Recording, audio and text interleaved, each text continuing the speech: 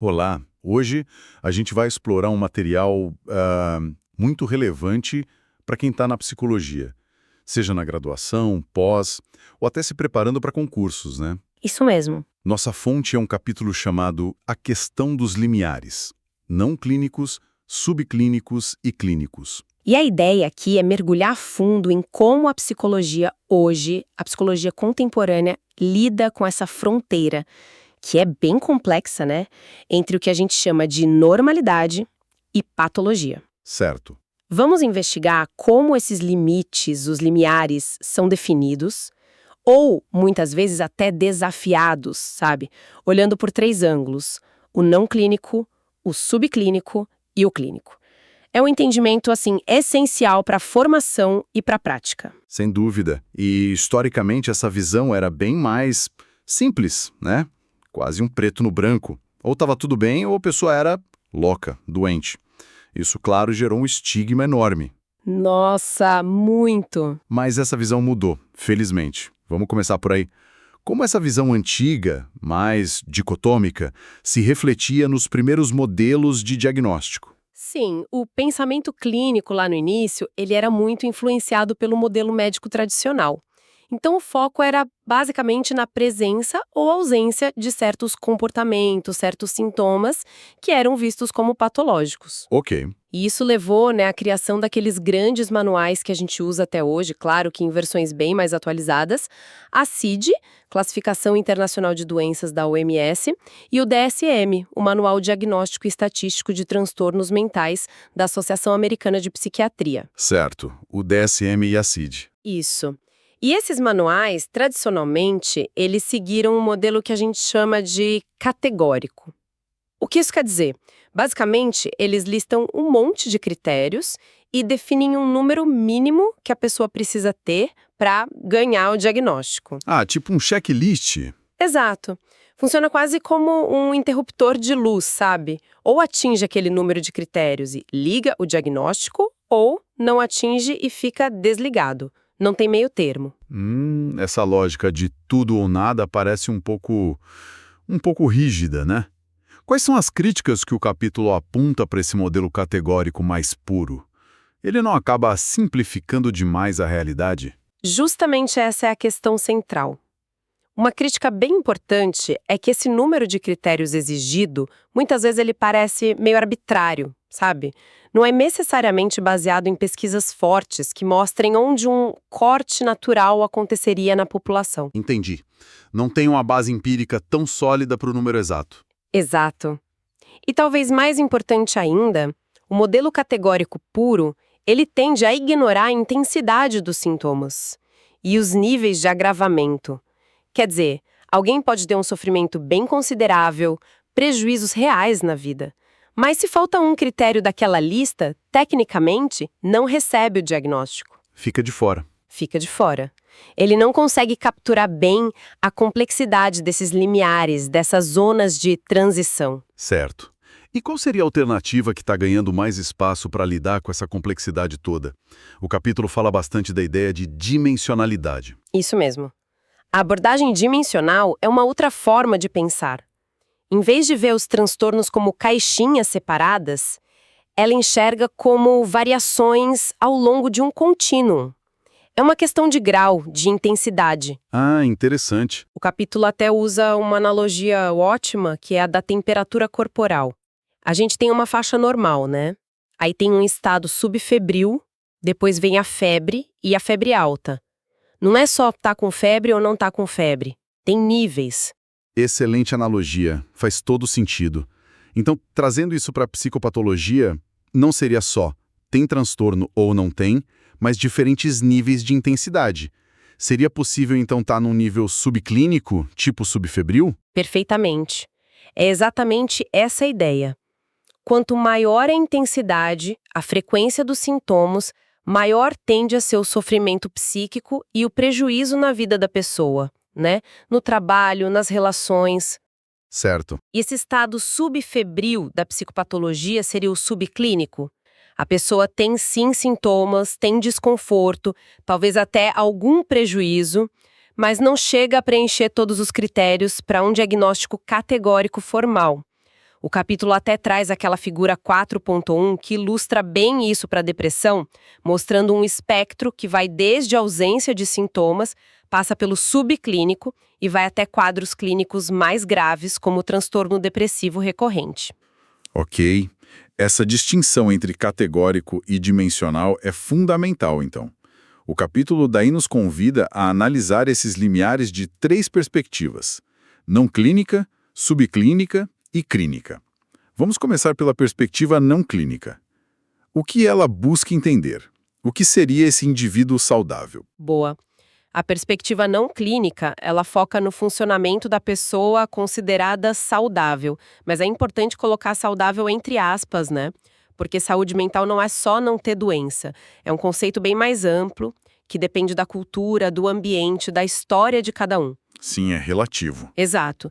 Então a avaliação aqui não é só para procurar problema, é para conhecer a pessoa como um todo, identificar tanto as fragilidades quanto as potencialidades. Entendi. Um mapeamento mais geral. Isso. E para isso é super importante considerar o desenvolvimento humano, como fatores genéticos, ambientais, a maturação biológica, tudo isso interage. A avaliação vai olhar várias áreas, mas o capítulo dá um destaque especial para a cognição e para a personalidade como eixos para entender o funcionamento individual nesse espectro não clínico. E como a gente estabelece essa linha de base do funcionamento não clínico? Imagino que usem testes, ferramentas específicas, né? Sim, com certeza. Existem muitas ferramentas validadas. Na área da cognição, por exemplo, se avalia a inteligência, entendida como aquela capacidade mais geral de aprender e resolver problemas. Usando modelos como o CHC, que diferencia inteligência fluida e cristalizada. E aí tem instrumentos bem conhecidos, como as escalas Wechsler ou testes como as matrizes de Raven. Ah, sim, esses são clássicos. São. E além da inteligência geral, se investiga processos mais específicos, tipo atenção, memória e algo super importante, as funções executivas. Funções executivas, o nosso controle central. Isso, é o nosso centro de comando para planejar, organizar as coisas, controlar impulsos, ter flexibilidade para mudar de estratégia. E tem tarefas específicas para avaliar isso também, como figuras complexas de Rey, cubos de Corsi, testes como o WCST. E a personalidade, como ela entra nessa avaliação não clínica? Afinal, ela define muito de como a gente funciona no dia a dia. Exato. A personalidade descreve aqueles padrões mais ou menos consistentes de sentir, pensar e se comportar. E aqui também os modelos dimensionais são muito úteis. O mais famoso talvez sejam os 5 grandes fatores, o Big Five. Extroversão, amabilidade. Isso. Conscienciosidade, neuroticismo e abertura à experiência. Ou o Hexaco, que é parecido, mas adiciona um fator de honestidade e humildade.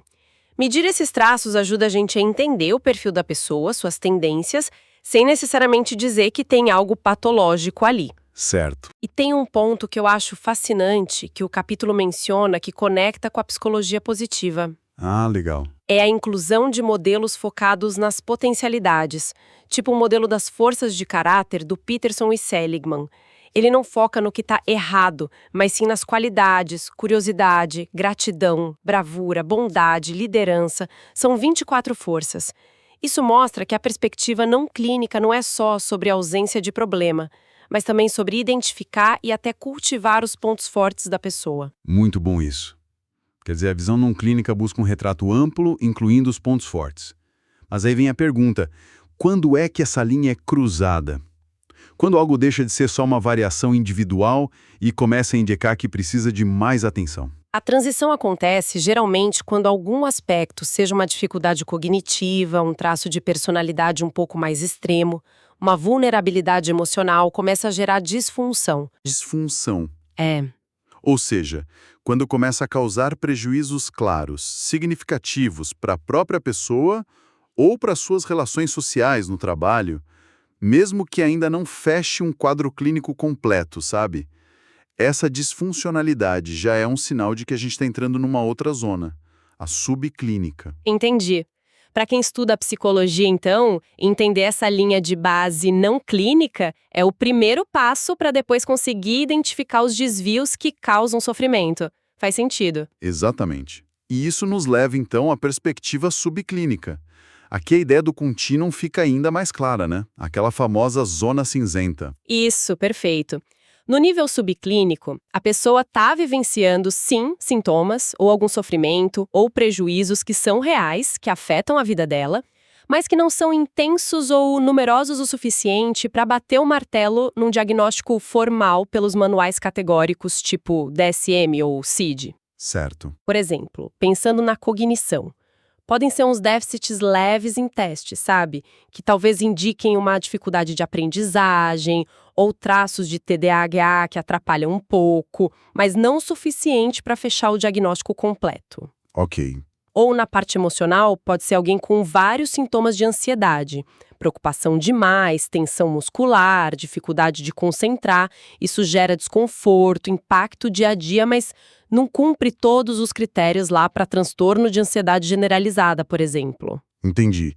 Falta um critério ou outro, ou a intensidade não é tão alta ainda. Isso! O capítulo até explora bastante uma área aqui que é bem interessante: os traços sombrios da personalidade em níveis subclínicos. Isso sempre gera uma curiosidade, né? Mas qual a relevância de estudar isso na população geral? Pois é, parece algo mais extremo. Então, mas essa é a questão. É uma área de pesquisa que está crescendo muito justamente porque é relevante. A tal da tríade sombria, ou Dark Triad. Maquiavelismo, psicopatia e narcisismo. Exato. Maquiavelismo, aquela coisa mais estratégica, manipuladora.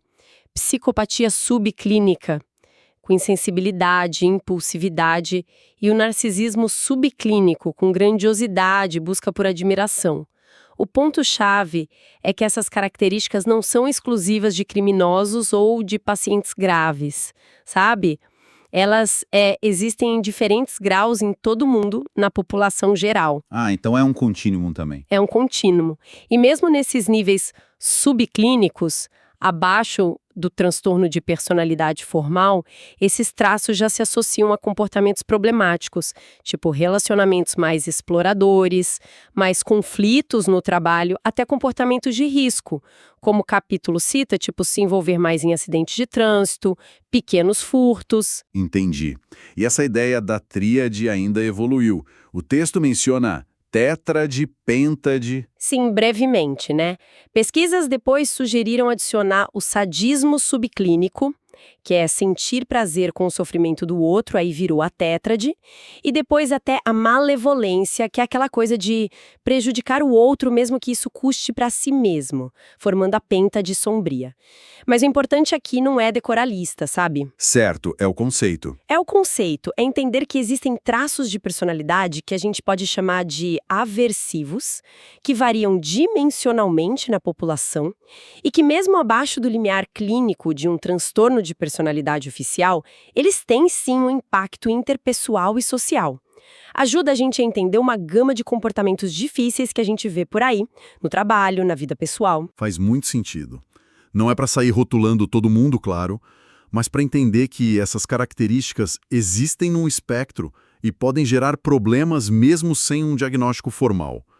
Isso realmente complica aquela visão simplista de normal versus anormal. Exatamente. A perspectiva dimensional e o estudo do subclínico ajudam demais a entender essa complexidade toda. E aí, finalmente, a gente chega na perspectiva clínica. Aqui, imagino, o quadro já está mais claro, o prejuízo é mais evidente, mais crônico, né? Sim, na perspectiva clínica, o sofrimento e o prejuízo funcional costumam ser mais intensos, mais frequentes e geralmente afetam várias áreas da vida da pessoa. É nesse ponto que os manuais como a CID e o DSM se tornam ferramentas importantes. Eles ajudam no diagnóstico, na comunicação entre os profissionais, no planejamento do tratamento. Certo. Os errados. Com certeza. Poderia dar um exemplo de como um diagnóstico é definido nessa perspectiva clínica? O capítulo usa o transtorno depressivo maior. É um ótimo exemplo. Para diagnosticar um episódio depressivo maior usando o DSM-5 como referência, a pessoa precisa ter pelo menos 5 de uma lista de 9 sintomas específicos, Coisas como humor deprimido na maior parte do dia, perda de interesse ou prazer nas coisas, alterações de sono, de apetite, de energia, dificuldade de concentração, sentimento de inutilidade. Uma lista bem definida. Sim, e isso tem que durar pelo menos 2 semanas consecutivas. E tem um detalhe crucial. Pelo menos um dos sintomas principais, que é o humor deprimido ou a perda de interesse e prazer, tem que estar presente. E claro, o quadro todo tem que causar um sofrimento clinicamente significativo ou um prejuízo importante no funcionamento da pessoa. Ok, então tem um limiar bem claro aí. Tem um limiar claro, e dá para ver como muitas pessoas com sintomas depressivos podem não atingir esse limiar, ficando ali no nível subclínico que a gente falou. Entendi. E além do CID e do DSM, que são os mais conhecidos, existem outros sistemas? Existem sim. O capítulo menciona alguns, como o CFTMA francês, que tem um foco mais psicoanalítico para crianças e adolescentes, o CCMD chinês, o GLDP latino-americano, até o Manual Diagnóstico Psicodinâmico. Isso mostra que a própria forma de classificar não é única, né? Varia conforme a teoria, a cultura. Interessante. E o DSM-5, ele tentou incorporar de alguma forma essa discussão toda sobre modelos dimensionais que a gente estava fazendo? O texto menciona um modelo híbrido. Sim, essa foi uma tentativa importante, embora ainda esteja meio que em fase experimental na seção 3 do DSM-5, que é para modelos emergentes. Eles propuseram um modelo híbrido alternativo, especificamente para os transtornos da personalidade. Híbrido, misturando os dois. Exatamente. Ele tenta combinar aspectos categóricos com dimensionais. Ele avalia duas coisas principais. Primeiro, o nível de funcionamento da personalidade, quão prejudicada está a identidade da pessoa, a autodireção, a empatia, a intimidade. Isso é avaliado de forma dimensional, numa escala. Ah, ok. Em grandes domínios, tipo afetividade negativa, distanciamento, antagonismo, desinibição, psicoticismo. E esses traços também são vistos de forma dimensional, em intensidade. É um reconhecimento claro de que o modelo puramente categórico para a personalidade talvez não seja suficiente. Uma evolução interessante, então. E além dessa tentativa dentro do próprio DSM, existem outras propostas de modelos mais dimensionais. O capítulo cita o ITOP. O que ele propõe? O ITOP, que é a sigla para taxonomia hierárquica da psicopatologia, é um modelo bem diferente. Ele foi desenvolvido por um grupo grande de pesquisadores, baseado em como os sintomas e os transtornos se agrupam estatisticamente na população. A ideia central é organizar a psicopatologia numa hierarquia. Como assim, hierarquia? Pensa numa pirâmide. Lá na base, você tem sintomas bem específicos. Esses sintomas se agrupam para formar síndromes, que são conjuntos de sintomas que costumam andar juntos. E essas síndromes, por sua vez, se agrupam em espectros ainda mais ampliados. Ah, entendi. Desde o específico até o geral. Isso. Por exemplo, vários sintomas de ansiedade e depressão se agrupariam no espectro de problemas internalizantes. Sintomas de impulsividade, agressividade, uso de substâncias, no espectro externalizante. E problemas relacionados a pensamento bizarro, no espectro de problemas do pensamento. O foco do HITOP é muito mais nesses espectros dimensionais e menos nas caixinhas estanques dos diagnósticos tradicionais. Ele busca refletir melhor a estrutura que os dados empíricos mostram para a psicopatologia. Parece uma abordagem bem diferente, baseada em dados. Para quem está estudando, é importante conhecer essas alternativas, né? Para entender para onde a área pode ir. Com certeza.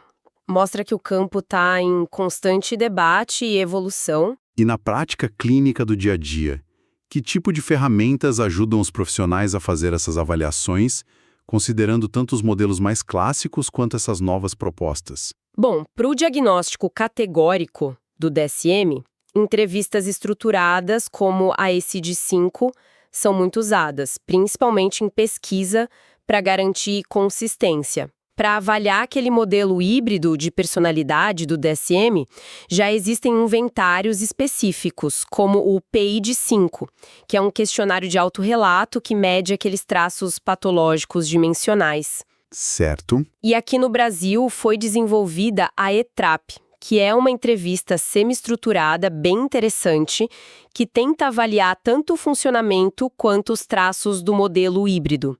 Ou seja, as ferramentas de avaliação também estão tentando acompanhar essa evolução para capturar melhor a complexidade dimensional. Ufa, foi uma jornada e tanto por esses níveis todos. Não clínico, subclínico, clínico, categórico, dimensional, híbrido. Para quem está se aprofundando em psicologia, fica claríssimo que entender esses limiares e os diferentes modelos é crucial. O que você diria que são as mensagens principais que a gente tira dessa exploração toda? Olha, eu acho que a principal mensagem é que a compreensão do comportamento humano é, por natureza, multifacetada, complexa. Não cabe em caixinhas simples de normal ou patológico.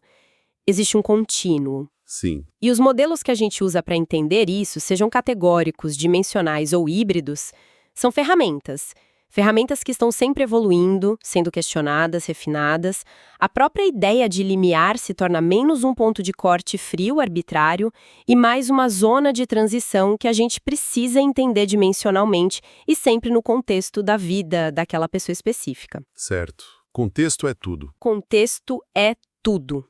E o fundamental para a prática, como o capítulo reforça muito bem, é que o profissional, seja psicólogo, psiquiatra, consiga ir além do rótulo diagnóstico.